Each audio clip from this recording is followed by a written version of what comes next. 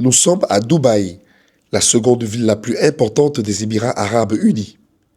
Une ville cosmopolite, paradoxale et ultra-urbaine qui détient le record de la diversité urbaine mondiale. Les étrangers y représentent la majorité de la population. Ils proviennent du monde entier en quête d'opportunités. L'emplacement stratégique de la ville, ses infrastructures de classe mondiale et ses politiques favorables aux entreprises en font une destination idéale pour les investisseurs qui cherchent à élargir leur portefeuille. Le marché immobilier de Dubaï est l'une des opportunités d'investissement les plus dynamiques et les plus lucratives disponibles. Le marché immobilier offre des rendements locatifs élevés et une forte appréciation du capital, ce qui en fait un choix populaire pour les investisseurs. Installé à Dubaï depuis 10 ans, le Camerounais Willy Njoya se démarque par son professionnalisme et son dynamisme.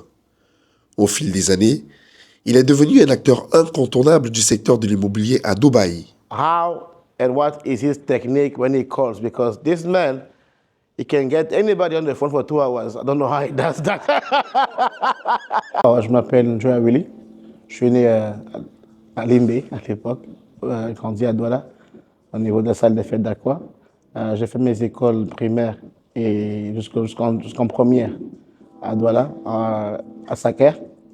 Après, je quitte le Cameroun après la première pour aller au Gabon. Du Gabon, je quitte le Gabon pour l'Afrique du Sud. L'Afrique du Sud, après, j'étais en Écosse. Et ouais, depuis 2014, je suis installé à Dubaï. Et je suis dans l'immobilier à Dubaï depuis près de 10 ans. À l'époque, quand je quitte la Grande-Bretagne, je repars au Cameroun. Et Dubaï était plus l'un des pays qui permettait encore de vivre le rêve américain. On nous vendait Dubaï sur les pancartes à Douala en disant Dubaï à 450 000 euros, CFA et tout et tout. On disait travail, job et tout à Dubaï. Donc quand je suis arrivé, c'était plus pour essayer de me chercher. Et voilà quoi. Après Dubaï, c'est soit on n'aime pas. Quand je suis arrivé, je me suis cherché. Et aujourd'hui, on est où on est. J'ai choisi le secteur immobilier parce que, bon, déjà, à la base, la réalité à Dubaï, comme certains vous diront, c'est avec des passeports camerounais ou africains, on n'a pas de bon salaire. Par contre, en immobilier, on est payé plus à la commission. Et donc, les commissions, ça dépend le plus si quelqu'un sait vendre ou il ne sait pas vendre. Donc, et je me suis dit, bon, si on veut travailler et faire une bonne vie à Dubaï, il faudra avoir un business où on peut faire de l'argent, en fait, d'où l'immobilier. Bon, le secteur immobilier à Dubaï, il est en plein essor. Dubaï, c'est un nouveau marché immobilier. C'est maximum 50 ans jusqu'à présent. Et il y a plein de trucs à faire actuellement. Donc, quand le marché est encore en plein essor, c'est le monde dans lequel il faut rentrer, en fait. Et d'où il y a beaucoup de gens qui viennent ici pour essayer de diversifier leur portefeuille et acheter à Dubaï. Parce qu'après, les coûts comparés aux grandes villes européennes est encore assez minime comparé au reste de l'Europe. Et ça fait qu'on a beaucoup de gens qui viennent ici parce qu'ils veulent changer ils veulent diversifier leur portefeuille. Et aussi à cause de la taxe. À Dubaï, il n'y a pas de taxe. Donc, beaucoup d'étrangers qui viennent ici, c'est par rapport à la taxe, par rapport aussi à cela. À la base, quand je suis arrivé à Dubaï, je travaillais pour un groupe qui s'appelait Damac. C'est un gros promoteur immobilier ici. Le Damac, j'ai essayé de grandir. J'ai appris, j'ai fait mes marques, j'ai essayé de grandir. Et puis après, il y a 3 ans de cela, j'ai créé une boîte avec un de mes amis qui est un partenaire, qui s'appelait Amin Wilson au départ. Et bon, malheureusement, mon partenaire est décédé dans l'aventure, donc du coup, on a dû restructurer la boîte. Et en fait, Horizon Vie, c'est juste une continuité de Amin Wilson. On a dû recommencer tout à zéro après qu'il soit mort et puis relancer tout sur pied. Pourquoi un groupe assez cosmopolitain? C'est parce que Dubaï, en majorité, est fait d'étrangers. On a 90% d'étrangers ici, de tous les pays par du monde. Donc, du coup, ça fait plus plaisir à quelqu'un qui arrive dans un nouveau pays de connaître quelqu'un qui est chez lui.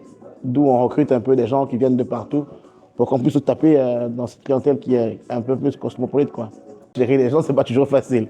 On vient de cultures différentes. Des fois, chacun dans son pays, il y a des choses qui veulent dire certaines choses et chez nous, ça veut dire d'autres choses. Par exemple, un exemple qui est très con. Hein. Chez nous en Afrique, on ne regarde pas nos adultes dans les yeux. Chez les Européens, c'est un manque de respect. Des fois, il faut juste savoir comment ajuster, adapter différentes cultures, différentes mentalités et différentes, on dit en anglais, upbringing of people, basically. C'est le plus gros des problèmes. À part ça, le reste, ça se gère automatiquement, quoi. Son leadership fait de lui un manager inspirant pour ses collaborateurs. My name is Maria. I'm working here as a sales manager of Plan. What I know about Willie and what I'm impressed of is the level of motivation he provides. He always keep people motivated and happy. So we are all here happy to be with and supported by Willie. Je m'appelle Henri Bellet, résident à Dubaï, ça fait 2 ans et demi, pratiquement 3 ans déjà. Travaille à Horizon Vista, Real Estate, Property Consultant. Alors, que dire de Willy? Bon manager, très bon ami. On a grandi ensemble au Cameroun. On s'est retrouvés ici par la force des choses et aujourd'hui nous travaillons ensemble. Voilà. Je m'appelle Jason. Ça va faire depuis janvier que je travaille avec Willy en tant que CMO de Horizon Vista. Willy est un super bon mentor. C'est une personne que j'apprécie beaucoup, que j'ai appris à connaître au fil des mois maintenant. C'est une personne qui a énormément d'expérience dans l'immobilier, qui a énormément d'expérience à Dubaï, vu que ça fait très longtemps qu'il est là. Et j'ai appris énormément dans le real estate, vraiment à Dubaï. En dehors de ça, dans la vie privée, c'est une personne qui est vraiment... qui a la main au cœur, qui est quelqu'un qui est vraiment...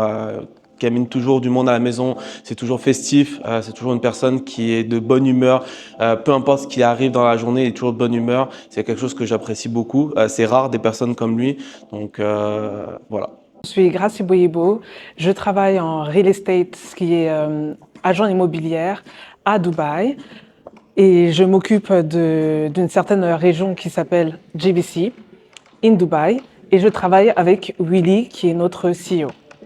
Willy est très inspirant, il est toujours là pour motiver, il a eu un parcours très atypique qui nous permet de prendre expérience et il est surtout très knowledgeable.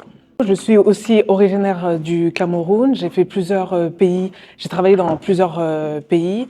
Là, je me suis arrêtée aux UAE. Et moi, c'est important aussi de représenter les valeurs de mon pays, qui est aussi le Cameroun, et de pouvoir amener tout le savoir que j'ai eu dans tous les pays, ainsi que Dubaï, et le ramener au Cameroun ou en Afrique. Les séances de travail avec son équipe permettent très souvent de joindre l'utile à l'agréable. C'est le cas ce jour où l'artiste Queen est aimé de passage à Dubaï, a rendu une visite surprise à la team. I'm here for celebrating my 25 years of career. Wow.